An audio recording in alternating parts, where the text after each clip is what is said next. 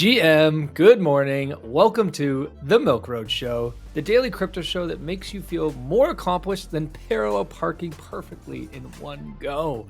I'm your host, Jay Hamilton, and today we're talking about the hottest consumer crypto app right now that no one seems to be talking about. I'm talking about Polymarket, and here to guide us is Zeneca, back for another week.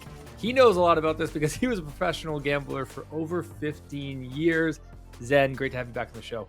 Great to be back as always. Looking forward to chatting about Polymarket and everything else. Okay, I'm going to start with this tweet from Yuga.eth. He said, Polymarket's astronomical success is the most important story in crypto right now, but it's so obvious that we are ignoring it when we should be screaming about it from the rooftops. So we're here today to drink some milk and scream about this fast-growing consumer crypto app. The numbers are truly off the charts. Let's just take a look at a few of these numbers to give everyone an idea of why this is so big right now. If we look at monthly volume, total volume, Polymarket, since their inception, Polymarket's been around for over 4 years. They've done about 660 million in total volume. But in June alone, they did over 110 million in total volume. They've got 30,000 active traders in June, 20,000 new accounts in June, and they've done this all without a token, which feels like an absolute anomaly in crypto. Zen, what do you think about Polymarket and these crazy numbers that they're doing right now? I think it's great. I'm a big fan of Polymarket. It's found product market fit in a way that very few other crypto apps have. I think there's a couple of points. One is that we're seeing like the gamification of everything happen in the world around us. You look at like video games and loot boxes and people gambling on that, and it sort of like caters into that. But even aside from that, it sort of fills the void of you're sitting in a bar or a pub or you're watching a football game at someone's house and you're like, hey, I wonder, like, I think this, and the other person says, oh no, I think you're wrong. I think the other side. You want to bet on it. If you're sitting right next to a friend, you can bet on it with that friend. But if you're not and you have that idea, you can go onto Polymarket now and make that bet, and anyone else in the world can come and take the other side. And I think that's the sort of the power and advantage of it. It sort of like unlocks global liquidity for betting on literally anything. Anyone can come up with anything that they want, and as long as there's someone that is willing to take the other side, you've got to bet. And it's trustless. It's done with crypto, smart contracts. There's no needing to trust an intermediary. It's just great. Honestly, I'm a big fan of it. Okay, so for those who don't know Polymarket well, let's just take a look at some of the bets that are happening right now, because I think it'll paint the picture of exactly what Polymarket is. Zen, can you take us through a few of these here? Yeah. Before we do these, like you have the big ones, like is Trump going to win? Is Biden going to win? Is stuff like that. But then or like football games. But then you have the fun ones, I guess. This one here is Taylor Swift going to be engaged in 2024. Currently, it looks like there's a 39% chance, or 39% of people say yes. So if you think yes, she's going to get engaged, you can bet on this. If you think no, she's not going to get engaged, you can bet on this. And depending on how many people have bet on either side, you'll get better or worse odds. Is she going to be pregnant in 2024?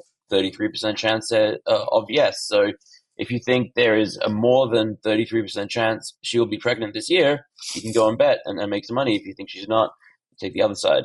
This is a funny one. Will the United States confirm that aliens exist in 2024? An 8% chance of yes. That's obviously too high. Like there's not an 8% chance that the United States is going to say aliens are going to exist. Most likely what's happening here, I haven't had a close look, is that someone's made this bet and there's very little money, if any, bet on it. So if you came along and was like, I want to bet $10,000 that the United States is not going to say aliens exist, what will happen then is the odds you'll get will dramatically decrease, and it'll be like 99+% that they will say that they do not exist. Whatever you want. Is the Doge ETF going to be approved in 2024? 6% chance. It's funny that people, based on the last two slides, think there's a higher chance that aliens exist than the Doge ETF will be approved in 2024. Yeah, you'll see some crazy stuff on here, but it just goes to show you, people, you can literally bet on anything. If you think about it, you can bet on it. If you're sharp, there's actually probably a lot of really good money to be made, because most people betting are not professional gamblers or not smart or savvy or have a strong understanding of what they're doing, compared to traditional sports betting. If you bet on football, basketball, baseball, esports, whatever, or like the US election, That's where you have really smart money, people that have been doing this for years with all sorts of analytics platforms and all the data they've been pulling in. You know, they have algorithms, they have machine learning, AI tools to help them determine, hey, we got all this information, all these players, who's going to win the match. People don't have that information about whether a Doji ETF will be approved or if Taylor Swift is going to get pregnant. So it's really just use your brain, think about what's more likely, and try and pick the side that's more likely to hit based on the odds. And obviously, there's a general view that if you get enough people participating in a bet, then you're probably getting a fairly good indication of the likelihood of it happening. Obviously, if you know, and you can look at these bets in Polymarket and see how much volume is in that bet. The alien bet had like $7,000 of volume. Like clearly that's not an accurate representation, as you said.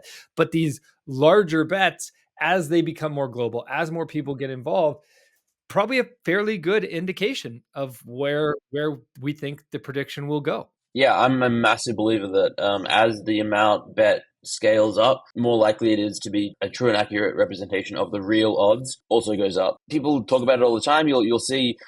I think part of the reason it's blowing up right now is that with the U.S. election coming up, a lot of mainstream media are referencing Polymarket and bringing up a shot of the Trump versus Biden chart or odds. Or there's another bet, will Biden drop out? Will he be replaced by another candidate? And that's being referenced. And this has happened well before this year. Every year, the media tends to reference betting markets for major events, whether it's elections or big sporting events, because they also understand that if you get thousands, tens of thousands, hundreds of thousands, millions of people and millions of dollars betting on a thing, it tends to become closer to accurate. Not always, and that's why there are professional sports bettors out there, because sometimes they're off and just the general public is way off. But generally what happens is that as you get more money in, people get sharper. And like if it's way off, then someone will come along and bet like a ton of money on the side to make a bunch of money, and then it will readjust and it keeps tending towards the mean. Okay, so Polymarket clearly achieved product market fit, done it without a token, super impressive. Also done it in a way that normies can use it. This does not feel heavily crypto. This doesn't feel like bad UX. It's a beautiful site. It's very user friendly. So it's great. It's not just for crypto users, although I think there is a question, which we might answer later, of how much of this is crypto natives right now versus how much of it is truly global representation yet. But let's just, before we do that, let's just talk a bit about the growth potential here. So they've done over 600 million in total volume since their inception. They just did 100 million, 110 million in volume in June. What do you think their growth potential is long term when you look at the broader gambling industry as a whole? It could 10x, 100x, 1000x. I think is probably on the table. It's insane how much money is in the gambling industry and how much people are betting. Like I'm literally in Vegas right now, and there's betting all around me. I was an online poker player for 15 years. I did sports betting a lot, and there's tons and tons of sites. There are more now than there ever were. They keep popping up. I think it's like hundreds of billions of dollars per year is like the global gambling industry. 500 billion. 500 billion is global gambling. There you go. And I can only imagine it's growing and it's going to keep growing. Possible market share and market size is enormous and it can definitely keep growing. Again, as the gamification of everything tends to happen in the world. So, I don't think it's a great thing, but it is what is happening. So I'm just gonna slide by the moral side of this conversation and yeah, focus on a crypto consumer app that's winning for right now. The stat that stood out to me was online gambling is only 60 billion of that 500 billion annually, and online gambling, no surprise, is the fastest growing sector within gambling, and it's only 60 billion. So you think about, yeah, and Polymarket has done 600 million. So I think your projections 1000x, like 10,000x, like those aren't crazy projections here. Obviously, somebody could come in and copy Polymarket and go do the same thing that they are doing. But this idea of on-chain predictions market, I think, is the future for sure. And I think you could even argue that they have a larger addressable market because of the way that they're doing this on-chain. No KYC, open source, fully global. That's not how you bet currently. I mean, well, as a professional gambler, like there's so many roadblocks or barriers to gambling that exist for I don't know what percent of the population has access to gambling, but probably not a massive percent. Yeah, it's so like in the early 2000s, there was very little regulation. The internet was very new, and online gambling was pretty new as well. So it was basically the Wild West. You could go and do whatever you want. You could bet against others on whatever sport. You could play online poker against anyone. And then sort of around 2010, 11, for the next 5, 10 years up until now, more and more countries started regulating online poker as well as sports betting. And what happened was a lot of the sites started shutting down, or they stopped allowing customers from certain countries, and so you'll have companies that only allow customers from their own country, and if you're not in that country, you can't use that website, which really kind of segregates and blocks a lot of liquidity. If you're from a non-major country and your country doesn't want you betting with other countries, then it's very difficult to get action on a lot of these bets, these more exotic bets. Maybe you can bet on like the Super Bowl or like the big soccer matches, but you're going to struggle to bet on is Taylor Swift going to be pregnant, or is the ETH ETF going to be approved? That was another big one that a lot of people were talking about. It's a big pain if you're a company trying to offer gambling services because of the regulation. Now, I know we're sidestepping the moral thing, but it is a good thing to have regulation because it is good to protect people and stop people getting scammed and all that kind of stuff. But at the same time, permissionless and free and open source is also something I truly believe in. And I like the idea of Polymarket for that reason itself. I'm curious to know, as it scales and gets bigger and bigger and bigger, are governments going to try and crack down on it somehow? Obviously, because it's smart contract based, there'll always be a way around it. But similar to like Tornado Cash, for instance, if it gets on a sanction list, I'm not saying that it will, but there are ways that governments can really disincentivize people to use protocols, crypto protocols. I don't think it will come to that. I hope it doesn't. And I think that it is creating something that is great and can scale beyond almost anything else. But there's definitely some serious challenges ahead when we do look at scaling that large. Yeah, it's a good point. One question on everybody's mind is there isn't a token currently. Building a crypto consumer app with this many users is basically unheard of without a token. So I think that's one of the big things that captures our attention is, oh my gosh, this really has product market fit. It's working because people really want to use it. Do you think there will be a token?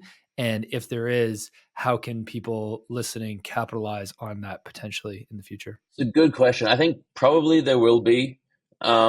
Probably it'll be profitable for people to use the app and use it now. But personally, I hope that there's not. Being in crypto long enough, you start to get jaded, and like there's so many projects that launch a token and then it's their Achilles heel, and they're always fighting against the current, and it struggles to keep relevancy, and it alienates people, and people get unhappy with the airdrop, and like they've got product market fit. They have so much growth. They don't need a token. It's similar to like Base and Farcaster, like apps that people are just genuinely using because they love it and they found some sort of product market fit. Token can usually only hurt you. A lot of the reason that you'll see an app with product market fit also launch a token is because they need to have a liquidity event for VCs or investors, or they're looking to make a big bunch of money. But if the product is already making revenue, then you don't need a token, I think, and at least not anytime soon. And I hope that they don't, and they just keep growing because they've struck lightning in a bottle, and it seems to be sticking. And I think that obviously there'll be like ebbs and flows, and after the election it'll probably drop off in attention, but I could see the popularity of the site 10xing, but just between now and November due to the coverage it's getting on the election and other things. And so, but if there is a token, and it is crypto, and it's definitely not unlikely at all that there will be, using the website, placing some bets, getting familiar with it is probably the best way to get yourself eligible for some sort of an airdrop. Have you done any Polymarket bets? I've done a couple. My big one was I bet on the Super Bowl, and it was, again, product market fit. I was sitting at home. I was in a country that didn't have easy access to sports betting at the time, and I was like, I would like to bet on the Super Bowl. Where do I go? And Polymarket was just simply the best choice, and it was very quick and easy. I just connected my wallet, deposited some, I think it was USDC on Polygon, or I can't remember exactly what the chain was or how it worked. But within a few minutes, really, I had deposited and bet a significant amount of money on the Super Bowl, and the team that I bet on won, and they paid out, and I withdrew my money. It worked great. I think I also bet on, would the Bitcoin ETF be approved? And I've thought about betting on a couple other things, but I haven't yet. I've honestly wanted to bet on Trump for like years now, but the opportunity cost of locking money up is for such a long time is always on my mind. so I haven't. But basically, ever since GCR in like 2020 or 2021 was 2022, sorry, was talking about how Trump's going to win the next election, I was like, at like 5 to 1 odds, this seems like a good bet. And then obviously it's gotten worse over time, the odds. But anyway, I digress. The other thing to mention quickly is that Polymarket just raised another round. They are super well funded. They did a raise in March of $45 million with Peter. This was led by Peter Thiel's fund.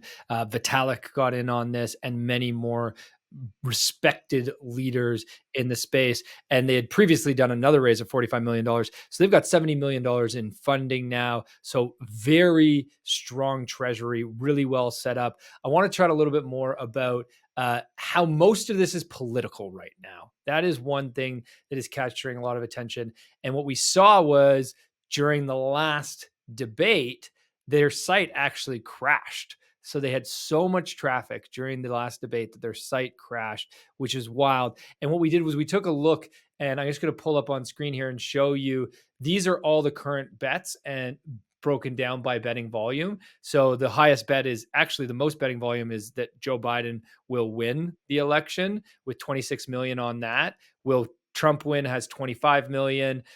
Will Joe Biden win the Democratic nomination is still a bet with 22 million, and so on. So you can see most of their volume is political right now. And one question that everyone is asking is Polymarket an accurate measure of political sentiment? What do you think, Zen?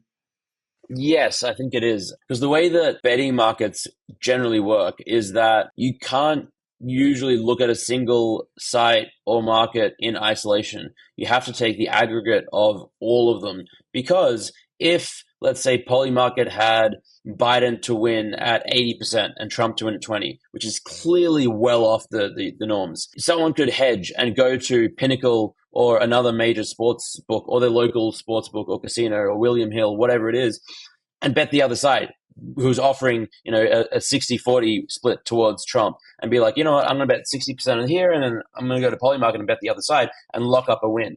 And because of that arbitrage opportunity and the global market generally being efficient, especially when it comes to betting, what you tend to see is one side's odds are basically the same as every other side. There's usually maybe 1 or 2%, but it's usually not enough to beat the VIG or the rate or the percentage that the fee the platform takes. And we see that with everything. We see that with the politics, we see that with sports, and you can check for yourself. You go look at what odds Polymarket has of Trump winning the election or Biden dropping out, and then you might be like, oh, there's what Elon Musk made this tweet about how crypto is full of people that are maybe more likely to be Trump supporters, libertarians, crypto supporters, that kind of stuff. So of course Trump is going to have better odds. But if you go and look at more higher chance to win. But if you go and look at all the other sites, you'll see that they were basically the same within a couple of percent. And it's because of that reason that as soon as an opportunity exists where if Polymarket was way off base or even significantly a bit off base, there would be an arbitrage opportunity and very, very quickly it would get filled. There probably is opportunities there because of how new it is and how while a lot of people know about it, especially in crypto, a lot of people also don't know about it. There will probably be opportunities where you can find a bet and be like, you know what, I can lock up a few percent free bet right now, a risk-free bet by arbitraging on two sites, but they very quickly will close. I think that any significant sports book is going to be the same as all of them put together in aggregate. Interesting. Great point.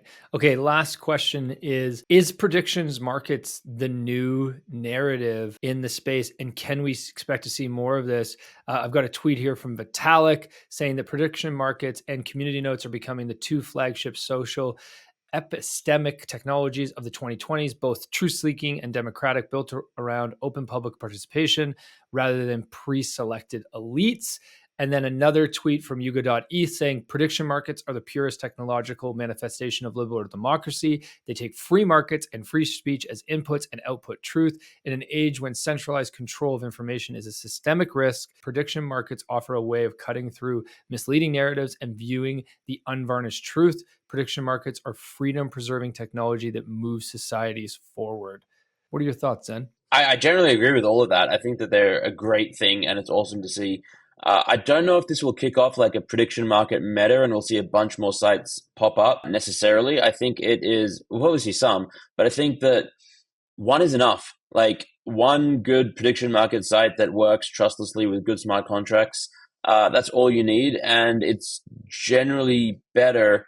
Like if we look back at like what happened to online sports betting sites, probably what will happen is we'll get more prediction markets popping up, and they'll all like on the back end they'll all share the same smart contracts or feed, and they'll just be different UIs. And so if you bet on one, the odds will like automatically update across several of them, and so it doesn't matter which one you're betting on. It's basically betting with the same odd pool and liquidity pool. It's just different front ends because that's just the most efficient.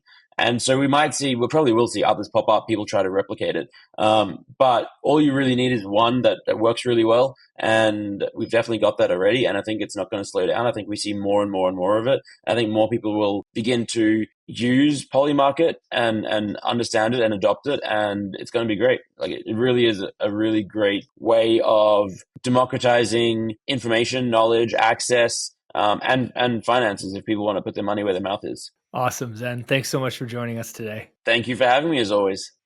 In case you missed it, here's what else happened in crypto news.